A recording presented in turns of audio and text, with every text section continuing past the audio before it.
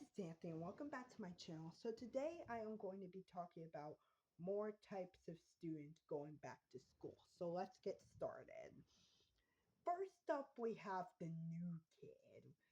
Basically, the new kid is new to the school, and basically no one knows what they're like.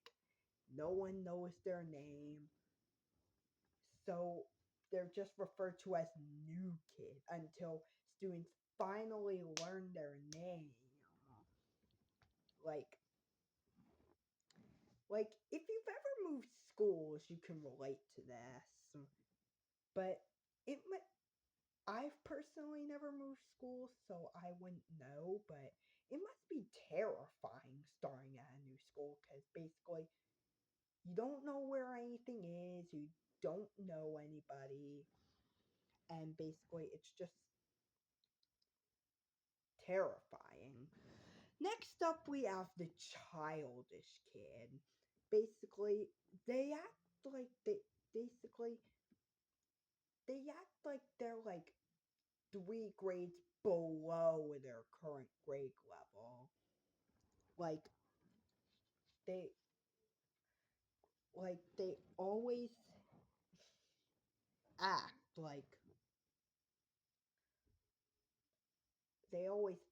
like they're younger than they actually are, and basically yeah, they're basically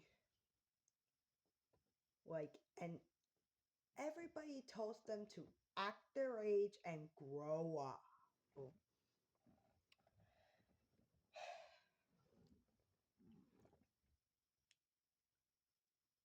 Next up, we have the brave kid. Basically, this kid is not afraid of anything. They're not afraid of failing. They're not afraid of bullies. They're not afraid of anything. Next up, we have the kid who won't stay in their seat. Basically,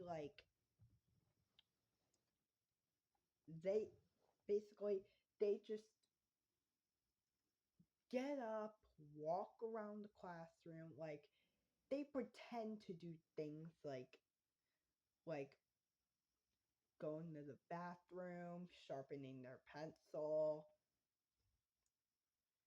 blowing their nose, and basically they just do everything but staying in their seat. Like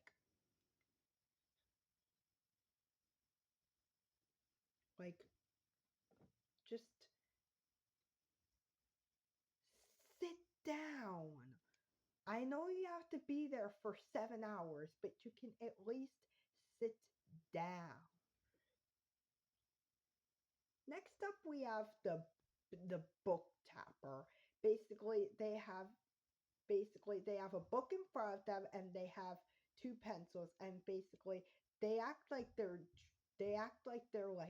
drumming. They basically tap their pencils on the book to act like they're playing the drums or whatever. And it's so annoying. Like, you know when the classroom is silent, nobody's talking, nobody's making any noise, and then suddenly you have that kid who basically starts tapping their book with their pencils.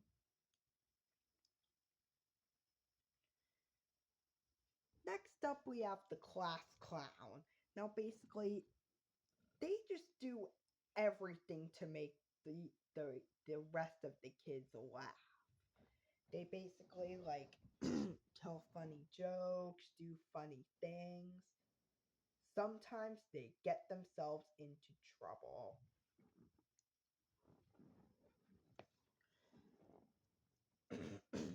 And sometimes the jokes they tell aren't even funny. I'm pretty sure I talked about this in my um the video I made back in 2022, but next up we have the nerd. Basically, they correct everybody about everything anytime someone puts an incorrect answer. They're like, well, actually, that is not the correct answer, and this is actually the correct answer. And it's also annoying when they remind the teacher about homework. Like, if nobody in the class did their homework, everybody's just gonna get in trouble, and it's all gonna be because of the nerd. Nobody likes that kid. I'm not even nerdy, and kids at school don't even like me. It's probably because of my personality, but yeah, don't be the nerd, or else you won't get a boyfriend or girlfriend, and you're not gonna have any friends, so you're gonna sit alone, and you and because no one wants to be around them, they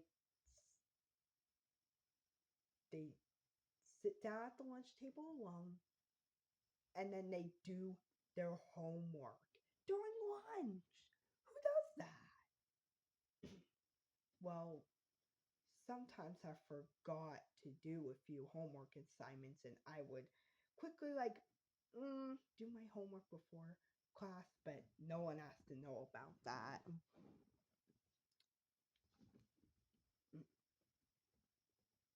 They nerds don't get out much, do they? Well, none of us really get out that much anymore because we are, like I said, we are living in a generation that doesn't know life without the internet. Next up, we have the sleeper. Basically, my school starts at like 7:15, so basically everybody's trying to stay awake, but then we have that one kid who just won't stay awake, and they just like put their head on the desk and go to sleep. They wake up by the teacher tapping on their desk like, "Hey, you need to wake up." The classroom is not a place to sleep. Next up, we have something we probably can all relate to on the first day of school: the lost kid. Basically, they can't find anything, and sometimes they occasionally walk in the wrong classroom. Actually, I did walk into the wrong classroom on the first day of sixth grade, but that's because it, my schedule gave me the wrong classroom. So basically, I went to one classroom, but then that teacher told me it was another classroom, and then the other teacher told me it was the other classroom, and then the other teacher said it was the other classroom. And I was like, I'm so confused. Which one is it? Is it the one I originally went to, or the other one I was sent to? Is it the one I was originally sent to, or the one that the other teacher gave me? Which is it? It pro Some other kids also got lost that day, but it probably took around like 10 minutes for everybody to get into the right classroom. So